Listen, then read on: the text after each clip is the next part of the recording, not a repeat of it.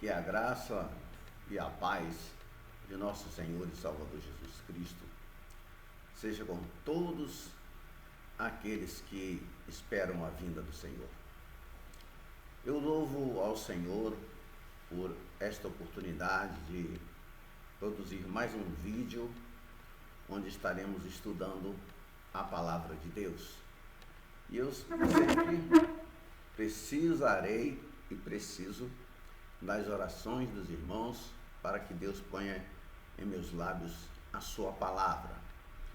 Leemos talvez muitos, não sei, alguns versículos para basear aquilo que nós queremos ensinar, pois eu não gosto muito de dar a minha própria opinião, embora às vezes a gente sempre tenha essa tendência, não é verdade? Um assunto que está sempre em voga, principalmente nesse momento que nós estamos vivendo, é o da vinda do Senhor. Muitos estão esperando para agora, outros estão profetizando agora para setembro, outros falam quando vem um eclipse, coisa tão natural, não é? Parece até que estão no tempo de Nabucodonosor, quando o povo achava que um eclipse era um mau agouro. São coisas terríveis que a gente vê por aí. Eu prefiro ficar com a palavra de Deus, com o que diz a palavra de Deus. E eu já disse em vídeos anteriores, e muitos outros têm ensinado corretamente, que para fazer parte da verdadeira igreja é preciso ter nascido de novo.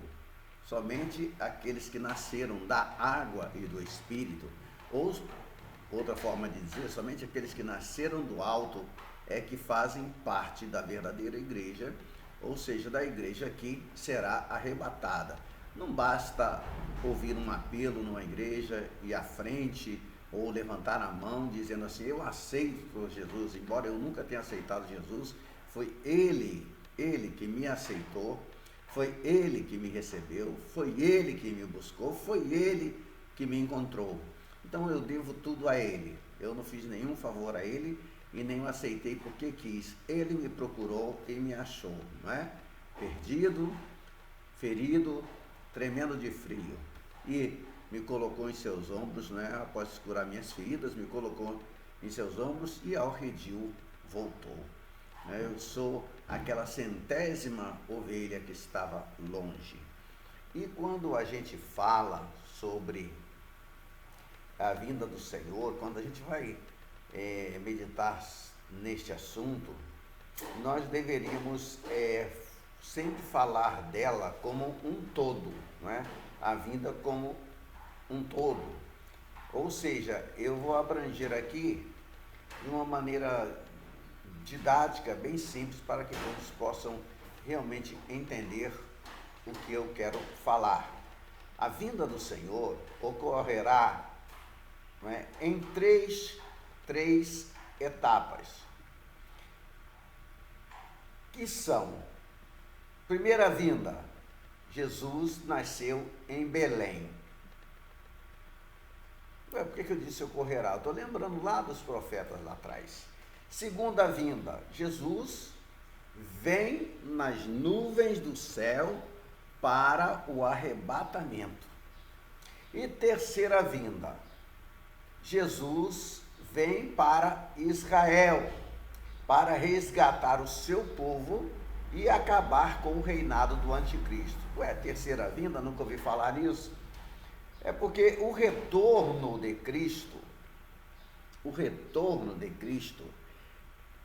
é também conhecido como a segunda vinda, que ocorrerá em duas fases. Então, uma ele já veio quando nasceu em Belém, e esta segunda vinda ocorrerá, para ser bem claro, em duas fases, ok?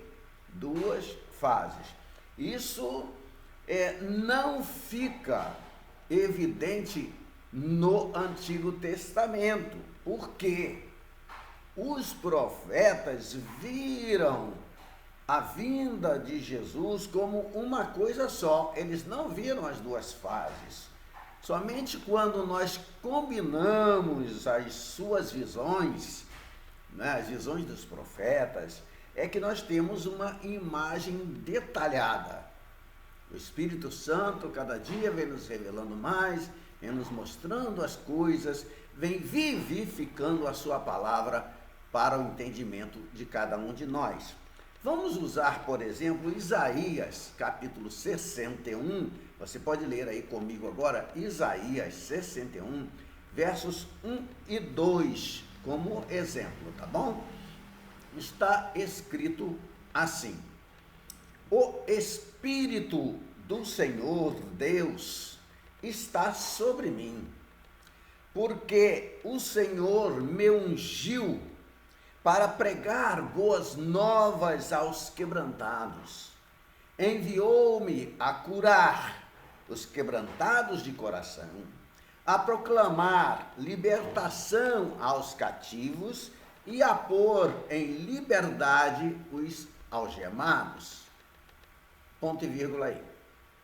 A apregoar o ano aceitável do Senhor e o dia da vingança de nosso Deus.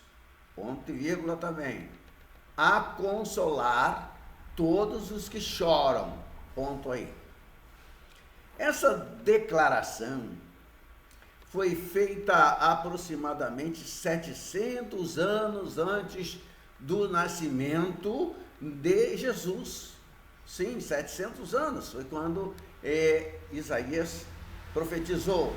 E durante todos esses 7 séculos, ninguém apareceu dizendo que era o ungido do Senhor, que era o Messias, porque nenhuma pessoa, ninguém podia cumprir os requisitos necessários, como, por exemplo, curar os quebrantados de coração e proclamar libertação aos cativos. Ninguém. Essa profecia só podia ser cumprida através do Senhor Jesus Cristo. Agora, no capítulo 4 de Lucas, se você quiser conferir comigo, os versos 18 e 19, nós podemos comparar uma passagem com a outra. Preste atenção nisso, olha. Capítulo 4 de Lucas, versos 18 e 19. Leia comigo se você estiver com sua Bíblia aberta. O Espírito do Senhor está sobre mim, pelo que me ungiu para evangelizar os pobres. Enviou-me para proclamar libertação aos cativos e restauração da vista aos cegos, para pôr em liberdade os oprimidos e apregoar o ano aceitável do Senhor. E para aí agora. Repare que Jesus terminou dizendo apregoar o ano aceitável do Senhor. Já o versículo seguinte diz: tendo fechado o livro, devolveu-o ao assistente e sentou-se. É Lucas capítulo 4, verso 20. Não deixe de jeito nenhum de conferir a referência, por favor, ok? Dá uma conferida aí. Porém, Isaías, eu estou comparando as duas passagens, Isaías com Lucas, onde se lê praticamente a mesma coisa, mas Jesus parou aí.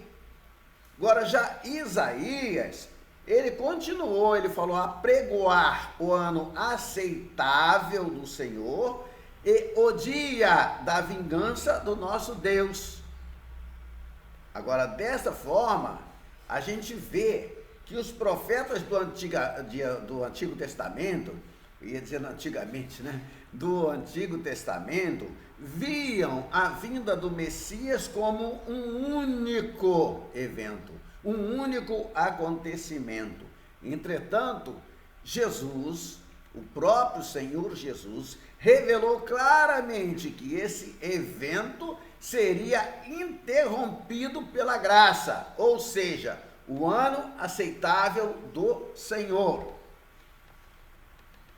Os profetas proclamaram a vinda do Messias e deram detalhes de como ele seria reconhecido.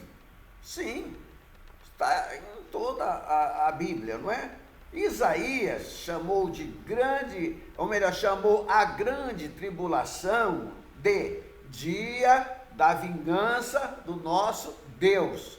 Foi assim que ele chamou aquilo que nós chamamos de grande tribulação, mas não mencionou de jeito nenhum o tempo da igreja. Ele não fala sobre igreja, ele não viu a igreja, ele não profetizou a igreja.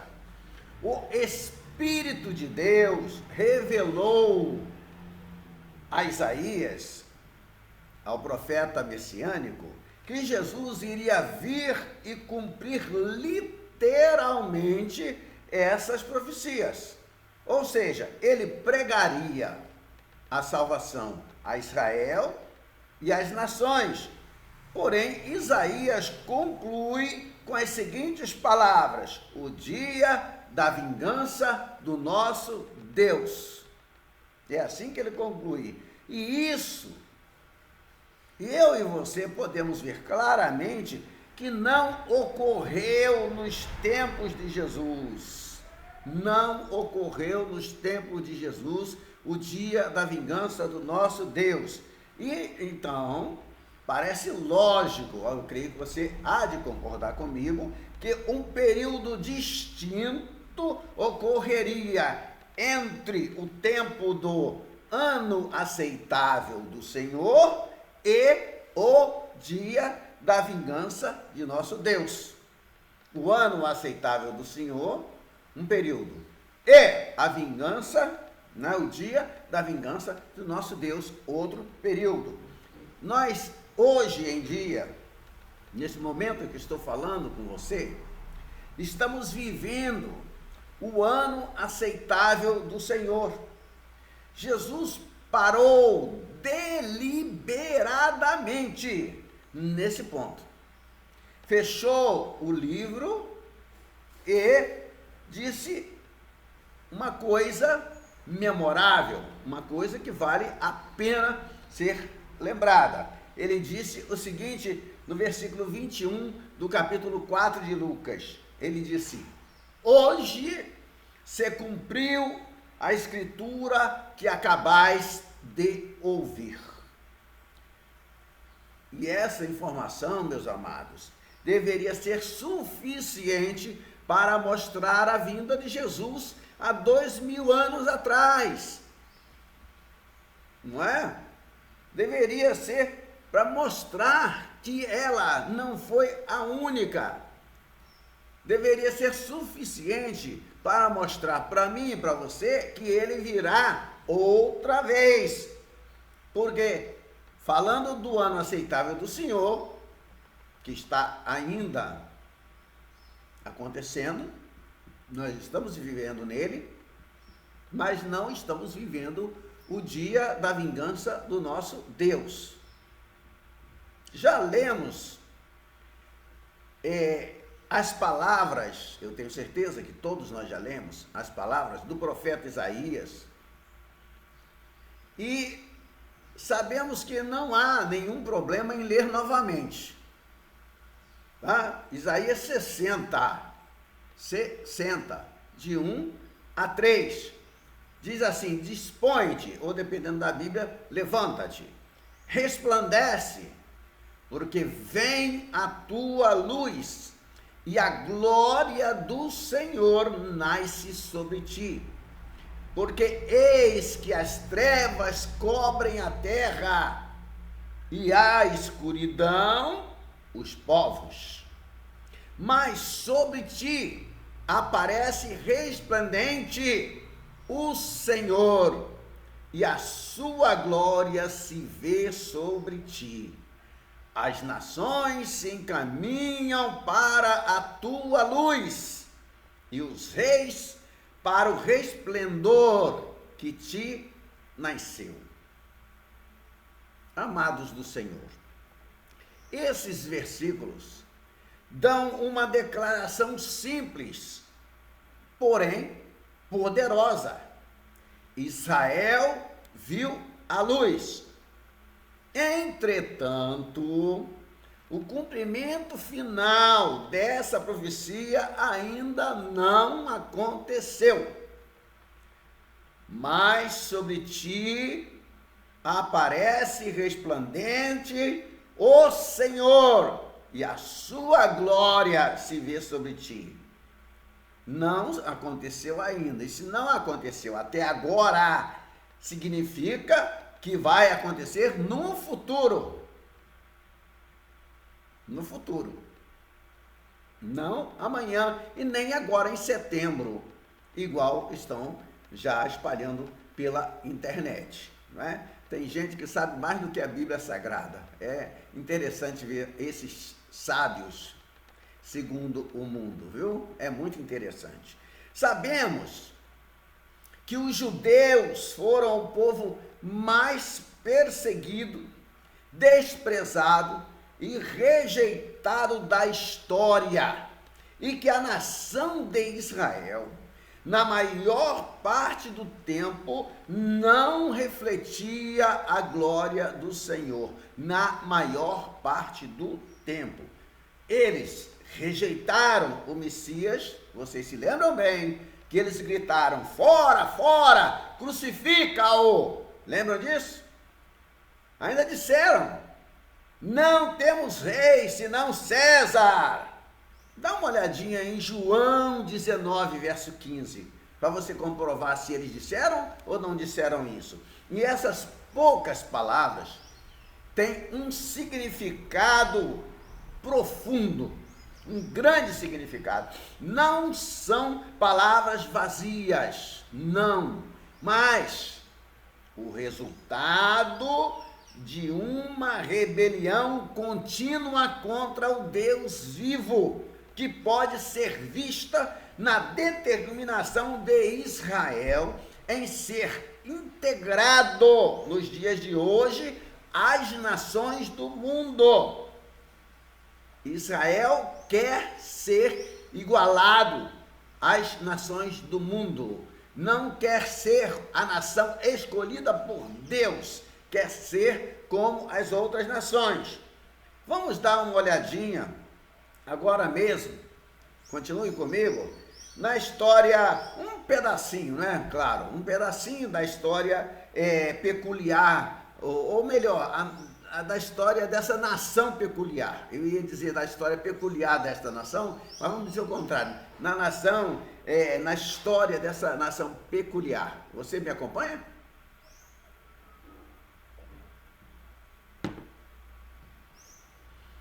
Nos dias de Samuel, o povo de Israel pediu que um rei fosse soberano sobre eles no lugar de Deus. No lugar de Deus. Como quem diz, tira Deus e bota um rei aí. Nós não queremos servir a Deus, nós queremos servir a um rei. Como as outras nações têm um rei, nós também queremos ter um rei. Não, deixa essa história de Deus para lá. Foi o que Israel disse. Nós podemos ler, abra aí a sua Bíblia aí, eu espero você. Primeiro livro de Samuel, capítulo 8. Os versículos são o 4 e o 5. Dá para você ler comigo? Acha aí, eu espero um pouquinho. Bebo até mais um pouquinho d'água, está muito calor aqui.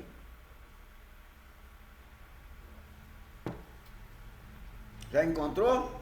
Veja bem, primeiro livro de Samuel, capítulo 8, versos 4 e 5, está escrito assim, ó. Então, os anciãos todos de Israel se congregaram e vieram a Samuel, a Ramá, e lhe disseram, vê, já estás velho e teus filhos não andam pelos teus caminhos. constituí-nos, pois, agora um rei sobre nós, para que nos governe como o tem todas as nações. Perceberam? Que aí eles estavam dizendo, não queremos Deus, igual muita gente hoje diz, não te queremos, Jesus. Como o mundo vive dizendo, não queremos Jesus, nós queremos o mundo como está, nós queremos fulano, beltrano nos governando, mas não Jesus, não querem. Me lembro lá do Gadareno, quando o povo veio e viu o que tinha acontecido, que Jesus tinha libertado aquele homem, disseram para Jesus, vai embora daqui. Isso mostrou dois tipos de gente que temos na terra.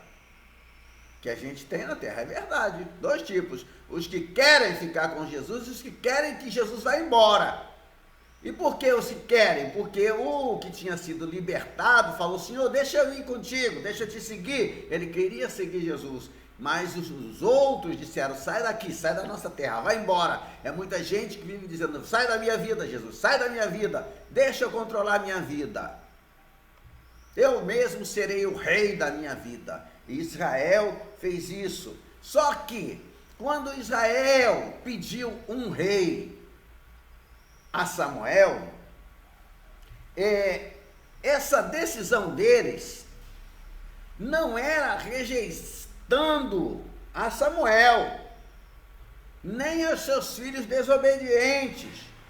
A rejeição era a Deus. Eles estavam rejeitando a Deus, porque o próprio Deus disse a Samuel o seguinte, pois o povo não te rejeitou a ti, Samuel. Esse Samuel sou eu, estou colocando aqui agora, porque eles estavam falando de Samuel. Confira isso na Bíblia, que já eu te dou a referência.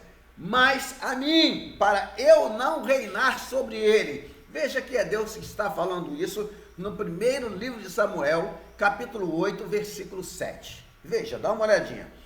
E depois que Samuel relatou quais seriam as desvantagens em ter um rei no lugar de Deus, nós vemos que o povo não atendeu a voz de Samuel e disse para Samuel o seguinte, não, Samuel, não teremos um rei sobre nós, para que sejamos também como todas as nações.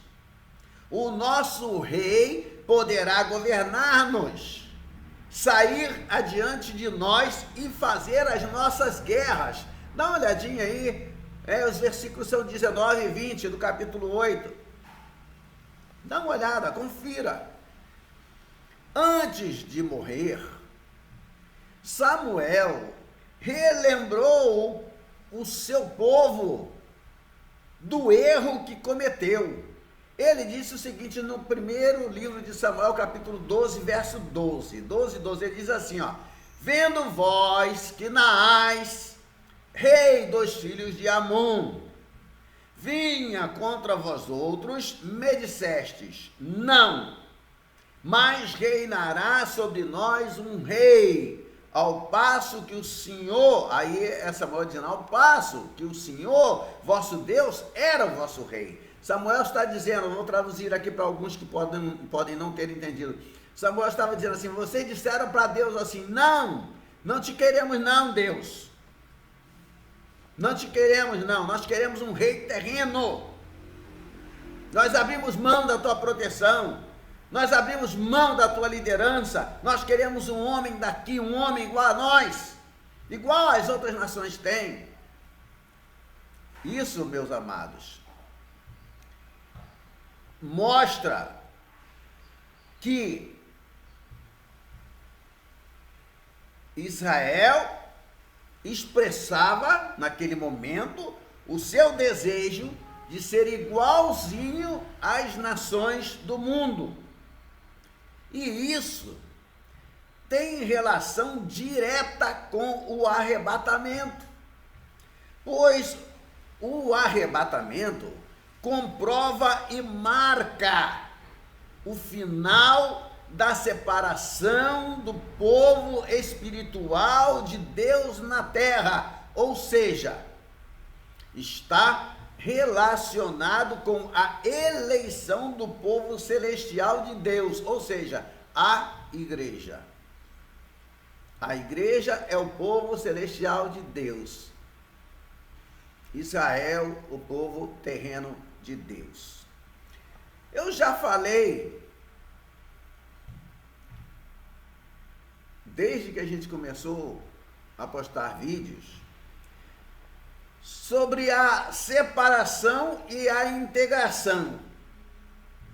O povo de Deus é um povo que deve ser separado em todos os sentidos, separados do mundo. Mas o povo quer se integrar, quer ser igualzinho ao mundo. Agora, nós podemos aprender que a igreja, formada por cristãos nascidos de novo, deve estar separada do mundo. Quem nasceu de novo se separa do mundo. E após ter eleito os filhos de Israel, foi através dele que Deus enviou seu Filho unigênito, o Senhor Jesus Cristo, para fazer a sua obra, para se revelar ao homem. E, ironicamente, meus amados, essa separação da qual estou falando foi reconhecida até por um profeta pagão. Um profeta que profetizava por dinheiro. E eu acho que você já ouviu falar nele. O seu nome era Balaão. E sabe o que Balaão disse? Ele disse a Balaque, aquele que o estava contratando para amaldiçoar o povo de Israel. Ele disse o seguinte, em Números 23, 9, se você quiser, confira aí, Números 23, 9. Pois do cimo das penhas vejo Israel, e dos outeiros o contemplo. Eis que é povo que habita só, e não será reputado entre as nações. Veja, não será reputado entre as nações. E ainda hoje, esse é um aspecto sensível para Israel e o mundo. Pode ter certeza disso. Nossa sociedade moderna não tolera a segregação e insiste que ninguém é especial. E talvez até mesmo você concorde com o mundo, né? Ninguém é especial, todas as nações são iguais, mas eu digo aqui, Israel é uma nação especial aos olhos de Deus. Israel é uma nação eleita dentre todas as outras. Não se esqueça nunca de que o Senhor destruiu praticamente todo o Egito por amor de Israel. E quem foi que criou o Egito? Não foi o próprio Senhor? Não foi o próprio Deus? E quem criou as outras nações também? Não foi o próprio Deus? Mas de todas as nações, ele elegeu Israel como um povo especial. E a igualdade é o evangelho dos últimos tempos. A igualdade é o evangelho dos últimos tempos. Porque o evangelho que a gente está vendo pregado hoje, nesse momento em que eu estou falando contigo, é um evangelho que procura não ser verdadeiro, mas ser politicamente correto. Procura ser agradável ao homem. Procura dizer ao homem o que ele quer ouvir. Quer tratar do mesmo modo todas as nações, todas as raças e religiões. Mas Israel é diferente, assim como a igreja também é diferente de todo o mundo. O Evangelho salva, cura, liberta, transforma, renova, purifica, santifica, revigora. O Evangelho tira o homem da prisão e dá-lhe a verdadeira liberdade. Mas que prisão? Às vezes, meu amigo, o homem está preso dentro de si mesmo, dentro do seu eu, do seu querer, da sua imaginação, da sua sabedoria, do seu nível de estudo ou do seu status social. Mas o Evangelho é libertador. O Evangelho renova, transforma e purifica. E assim eu estava dizendo que Israel é uma nação diferente, é um povo diferente. Na verdade, o povo de Israel não será contado com as outras nações da terra. Mas, nesse momento, isso é tudo o que o Israel moderno deseja. Ele deseja exatamente ser como as outras nações. Ele está buscando essa igualdade e conseguirá alcançá-la. O pior é que vai conseguir alcançá-la. Mas assim sendo, o que eu posso falar sobre isso?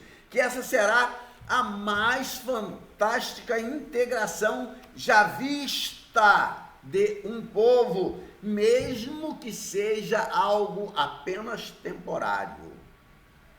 Jesus, o nosso Senhor, o nosso Redentor, o Senhor dos exércitos de Deus, ele foi condenado pelo mundo. E muitos ainda continuam condenando-o. Quando a igreja primitiva era perseguida, uma questão importante sobre a potencial união de Israel com as nações foi motivo de oração, viu? De oração. Aonde está isso? Na Bíblia, ora. Atos dos Apóstolos, capítulo 4, verso 27. Dá uma conferida lá. Atos dos Apóstolos, capítulo 4, versículo 27. Quando eles oraram desta forma, veja bem, porque verdadeiramente se ajuntaram nesta cidade contra o teu santo servo Jesus, ao qual ungiste Herodes e Pôncio Pilatos, com os gentios e gente de Israel. E gente de Israel. Os inimigos são listados nesta oração. Herodes, que era idumeu, ou seja, descendente dos judeus. Pôncio Pilatos, que era romano. Os gentios, as nações, e Israel, como uma frente única para se opor ao Senhor Jesus. Podemos, amados de Deus, facilmente imaginar que na segunda vinda de Cristo as nações o rejeitarão, como foi profetizado. As nações gentílicas e o povo de Israel. Verdadeiramente, na oração foi dito isso, se ajuntaram contra o teu santo servo Jesus.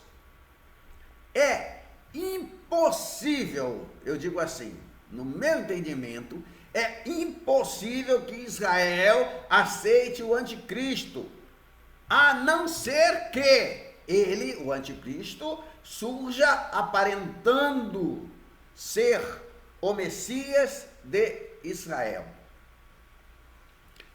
Muito mesmo, foi profetizado no Antigo Testamento sobre o Messias que havia de vir.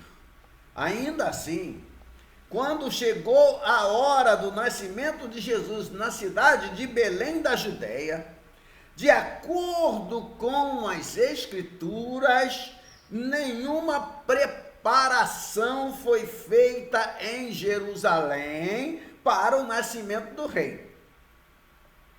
Nenhuma preparação. Mas havia sido profetizado, mas ninguém estava esperando.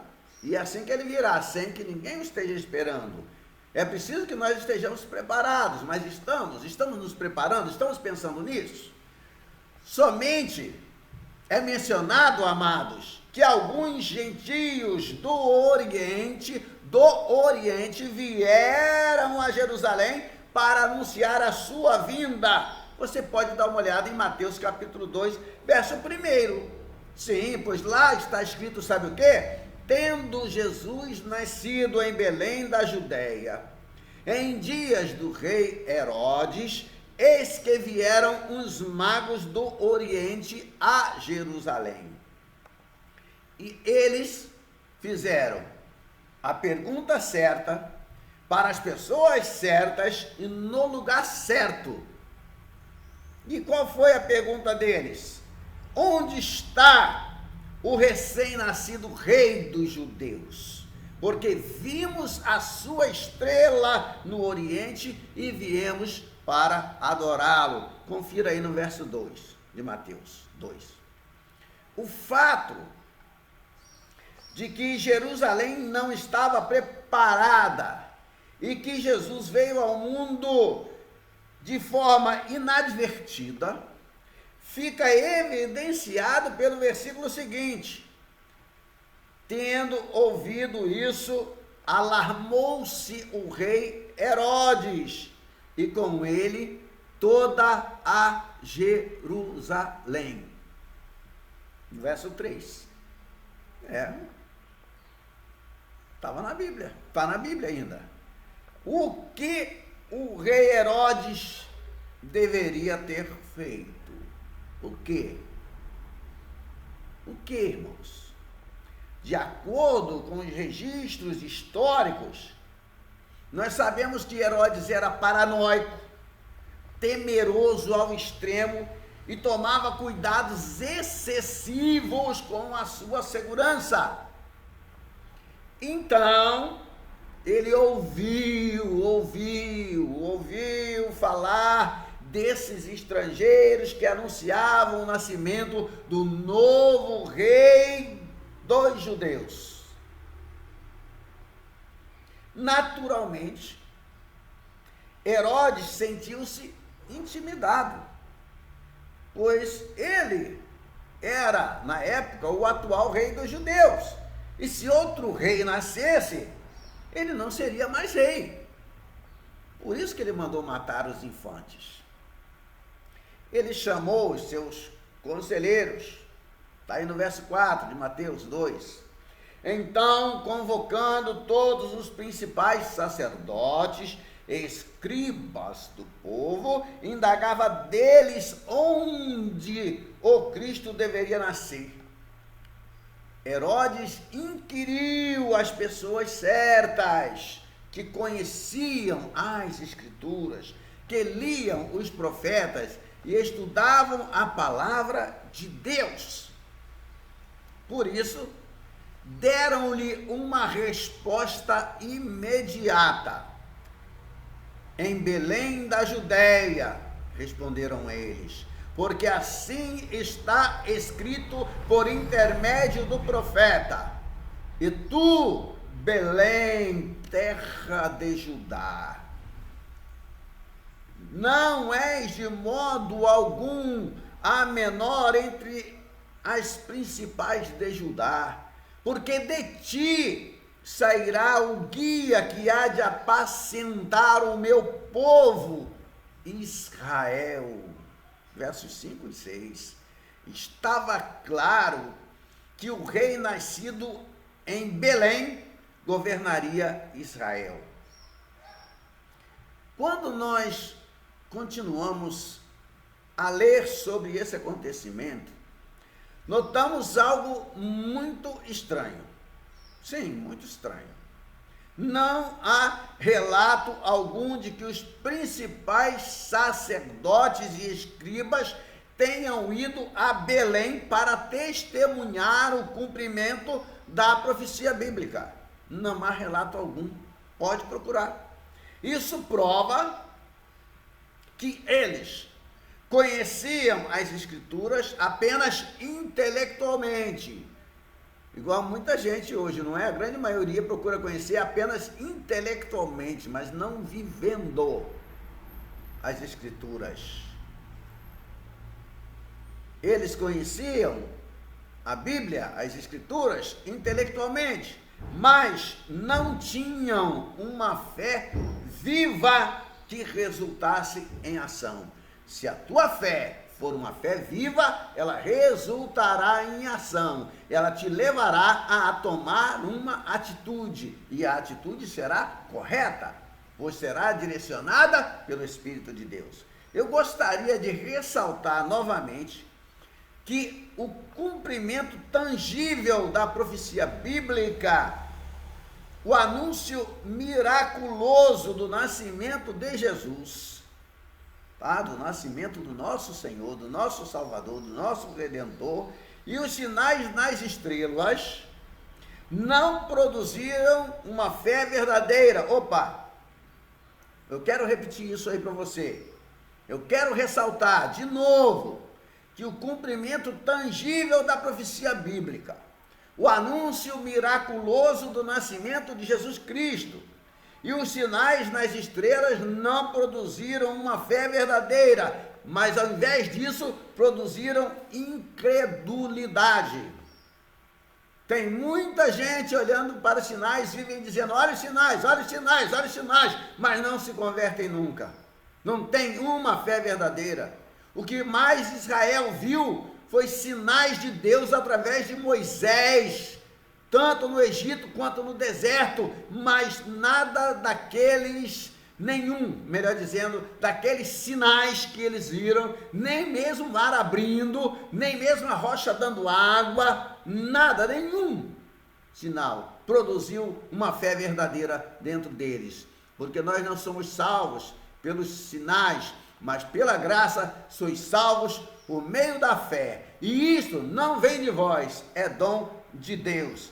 É necessário que se creia na profecia, mas nós vamos falar sobre isso e falar também sobre Israel e a paz no nosso próximo vídeo, porque eu não quero prolongar muito esse aqui, viu? Eu quero pedir a você que você compartilhe esse vídeo, e ainda dentro desses dias, daqui a 2 dias, estarei dando a continuação desse estudo, onde estaremos falando que é necessário que se creia na profecia, viu? Porque nós precisamos cada vez mais atentar para o que a palavra de Deus diz, e não apenas ficar procurando conhecimento intelectual. Não basta entendimento intelectual, não basta ler a Bíblia para mostrar que sabe, que conhece a Bíblia. Não!